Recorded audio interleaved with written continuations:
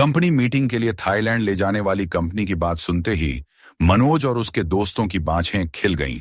एक तो कंपनी के खर्चे पर विदेश जाने का मौका, और वह भी थाईलैंड जैसी जगह जहां पत्नी और बच्चों का झंझट नहीं, यानी सोने पर सुहागा। मनोज और उसके दोस्त सुरेश और भावेश तैयारियों में लग गए। वे दिन गिनने लगे। जाने के जोश में वे अतिरिक्त उत्साह से काम करने लगे। जाने का दिन भी आ गया। अहमदाबाद से तीनों मुंबई पहुंचे। कंपनी के देश भर के डीलर मुंबई में इकट्ठा होने वाले थे। फिर वहां से सब इकट्ठा बैंकॉक जाने वाले थे। रात की फ्लाइट से सब बैंकॉक पहुंचे और सुबह बस से पटाया पहुंचे। होटल पहुंचकर सब अपने अपने कमरों में जाकर आराम करने लगे। मनोज को हफ्ते भर से बहुत मेहनत करनी पड़ रही थी। वह थकान से निढाल होकर पलंग पर लेट गया। लेटते ही उसको झपकी आ गई। आधे घंटे बाद ही रूम की बेल के बजने से उसकी नींद खुल गई। उसने झल्लाते हुए नींद में ही दरवाजा खोला।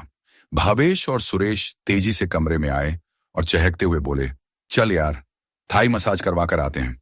शाम वाम को चलेंगे यार, अभी तो थोड़ा सोने दो, बहुत थक गया हूं। मनोज ने पलंग पर लेटते हुए कहा।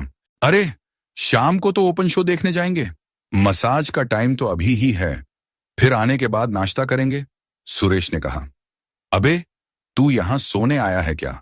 और थाई मसाज करवाने से तो सारी थकान उतर जाएगी। भावेश ने सुरेश को देखकर आंख मारी। और क्या, होटल के सामने वाली सड़क के उस पार ही तो मसाज पार्लर है, सुरेश ने कहा। तुम लोग जरा देर भी सोए नहीं क्या? मसाज पार्लर भी ढूंढ आए। गजब हो यारो, तुम भी। मनोज आश्चर्य से उठ बैठा। सोने के लिए तो उम्र पड़ी है, यहां 4 दिन तो ऐश कर लें। छल छल उठ जा और चिंता मत कर, हम भाभी को कुछ नहीं बताएंगे। भावेश ने मनोज से छुटकी ली। मनोज झेंप गया। चलो चलते हैं, कहकर उठ गया। तीनों होटल से बाहर निकले और रोड क्रॉस कर ली। सामने ही रोज मसाज पार्लर था। तीनों पार्लर में चले गए। रिसेप्शन पर भड़कीले और कम कपड़ों में एक थाई लड़की खड़ी थी। उसने मुस्कुराकर तीनों का स्वागत किया। उसने गहरे गले की शॉर्ट ड्रेस पहन रखी थी। उसके आधे उभार ड्रेस से बाहर दिखाई दे रहे थे। उसे देखते ही सुरेश और भावेश की बाँछें खिल गईं। मीठी मीठी बातें करके उस लड़की ने तीनों का मन जीत लिया। थाई मसाज के उस लड़की ने तीनों से कुल 2400 भाट रखवा ली। भाट थाईलैंड की करेंसी है। सुरेश, भावेश ने तो खुशी से पैसे दे दिए, लेकिन मनोज को 800 भाट देते हुए थोड़ा बुरा लगा।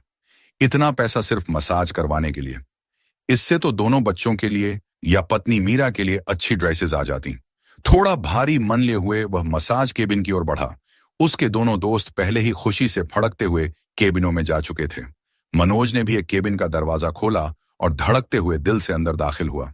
केबिन में बड़ा रहस्यमय और सपनीला सा माहौल था। पीली नारंगी मध्यम रोशनी, एक तरफ लाल रंग की सुगंधित मोमबत्तियां जल रही थीं। खुशबू और रोशनी का बड़ा दिलकश कॉम्बिनेशन था। मसाज बेड के पास एक 25 से 26 साल की खूबसूरत युवती खड़ी थी।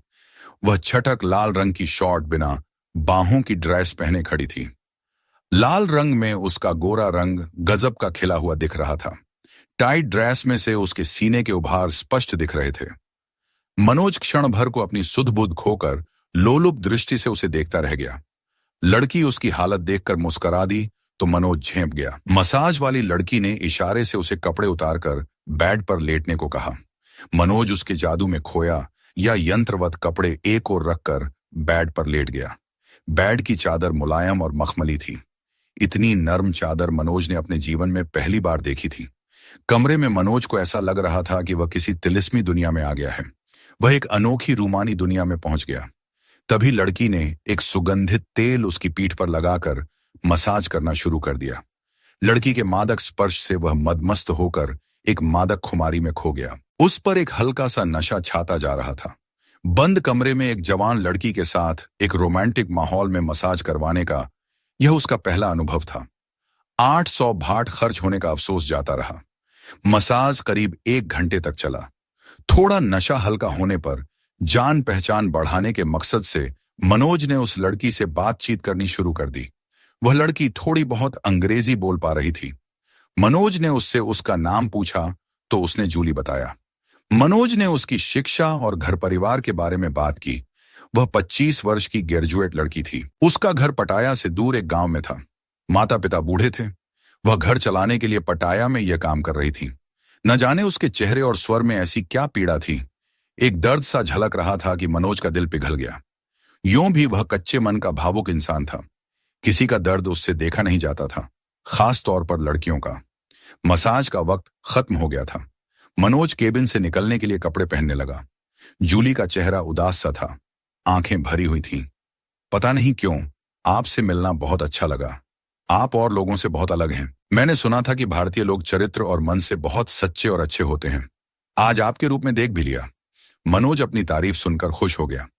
अब आपसे फिर मुलाकात कब होगी? आप पटाया में कब तक हैं? जूली ने आतुर स्वर में पूछा। अभी तो मैं 3 दिनों तक यहीं हूं। आज मीटिंग के बाद शाम को फ्री हूं, मनोज ने बताया। जूली की आंखों में चमक आ गई। तो आज शाम को मिल सकते हो क्या? उसने आग्रह भरे स्वर में पूछा। हाँ, ठीक है, शाम को 6 बजे मिलता हूं, मनोज ने कहा तो जूली खुश हो गई। उसने मनोज का मोबाइल नंबर ले लिया और अपना उसे दे दिया। जूली से विदा होकर मनोज बाहर आ गया। भावेश और सुरेश पहले से ही बाहर उसकी राह देख रहे थे। उसे देखते ही दोनों आपस में रहस्यमय ढंग से एक दूसरे को देखकर मुस्कुराए। क्यों बे, तू तो आने को तैयार नहीं था और अब सबसे ज्यादा देर अंदर तू ही बैठा रहा। भावेश ने उसकी छुटकी ली। क्या कर रहा था अंदर? मालिश या और कुछ? सुरेश ने आंख दबाते हुए मनोज की छुटकी ली। मनोज झेंप गया। अरे यार, तुम लोग जैसा समझ रहे हो वैसा कुछ नहीं है। हाँ बेटा, हम सब समझते हैं कि कैसा है, दोनों ने उसे चिढ़ाया। तीनों वापस होटल आ गए। नहा धोकर सब बेरक फास्ट करने पहुंचे। फिर 11 बजे से मीटिंग शुरू हो गई। 2 बजे लंच के बाद फिर से मीटिंग हुई। 4:30 बजे मीटिंग खत्म होने पर मनोज अपने कमरे में आकर बिस्तर पर औंधा पड़ गया। उसे कसकर नींद आ रही थी। अभी वह थोड़ी ही देर सोया होगा कि उसका मोबाइल बजने लगा। फोन जूली का था। क्या हुआ, आप सो रहे थे क्या? माफ कीजिएगा, मैंने आपकी नींद में खलल डाल दिया, जूली क्षमा याचना करते हुए बोली। अरे कोई बात नहीं, मैं बस उठ ही रहा था। कहो, मनोज ने कोमल स्वर में कहा। कुछ नहीं, मेरी ड्यूटी खत्म हो गई है। आपकी याद आई तो सोचा फोन कर लूं। मनोज के कोमल स्वर से उत्साहित होकर जूली ने बात करनी शुरू की। दोनों इधर उधर की बातें करने लगे। बातों बातों में जूली ने मनोज से मिलने की और कुछ वक्त उसके साथ बिताने की इच्छा जाहिर की। कुछ देर सोचने के बाद मनोज ने 15 मिनट बाद मसाज पार्लर के बाहर मिलने का वादा किया। 15 मिनट बाद नए कपड़े पहनकर और ढेर सारा डियो लगाकर मनोज सबकी नजरें बचाते हुए होटल से बाहर निकला। वह नहीं चाहता था कि उसके साथ आए लोगों में से कोई उसे देख ले और टोके। खास तौर पर भावेश और सुरेश। जूली पार्लर के बाहर ही खड़ी थी। मनोज को देखते ही उसका चेहरा खिल गया। दोनों पास के एक रेस्टोरेंट में जाकर बैठ गए। जूली ने मनोज के परिवार के बारे में पूछना शुरू किया। मेरे घर में पत्नी और 2 बेटे हैं। क्या करते हैं आपके बेटे? कौन सी क्लास में हैं? जूली के स्वर में उत्सुकता थी। बड़ा बेटा इंजीनियरिंग के अंतिम वर्ष में है और छोटा बेटा प्रथम वर्ष में, मनोज ने बताया। अरे आप तो बहुत यंग दिखते हैं। आपको देखकर लगता ही नहीं है कि आपके इतने बड़े बच्चे हैं, जूली आश्चर्य से बोली। काफी मेंटेन करके रखा है आपने अपने आप को। Thank you so much. Manoj का चेहरा खुशी से लाल हो गया। यह पहली बार हुआ था कि किसी लड़की ने उसकी तारीफ की थी। मनोज ने जूली की इच्छानुसार 2 कोल्ड ड्रिंक और 2 बर्गर का ऑर्डर दे दिया। फिर वह जूली से परिवार के बारे में बातें करने लगा। तुम यहीं पटाया में रहती हो क्या? नहीं, मैं बैंकॉक के पास एक बहुत छोटे से शहर में रहती हूं, जूली ने बताया। फिर तुम यहां पटाया में कैसे आ गई? मनोज ने उत्सुकता से पूछा। तुम्हारे घर में कौन कौन है? मेरे घर में बूढ़े माता पिता और 2 बड़े भाई हैं। यहां पटाया में मैं अपना और माता पिता का भरण पोषण करने के लिए आई हूं, जूली ने खिड़की से बाहर देखते हुए बताया।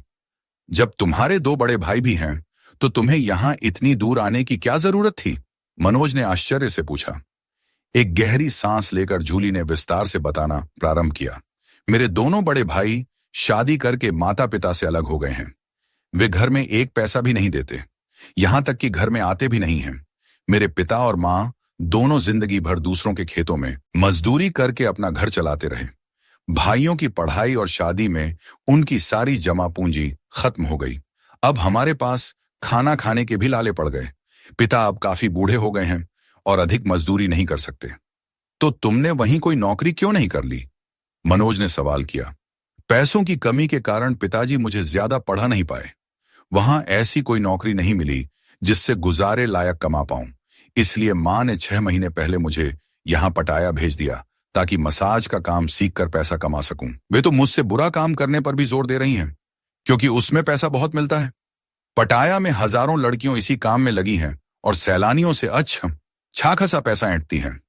जूली ने तिक्त स्वर में कहा, फिर तुम अब तक? मनोज ने उसके चेहरे पर एक भेद भरी नजर डालते हुए पूछा। नहीं, मैं अभी तक वर्जिन हूं, जूली ने तपाक से उत्तर दिया। मैं किसी भी कीमत पर रेड जोन में नहीं जाना चाहती, चाहे मर ही क्यों ना जाऊं। मैं इज्जत की जिंदगी गुजारना चाहती हूं।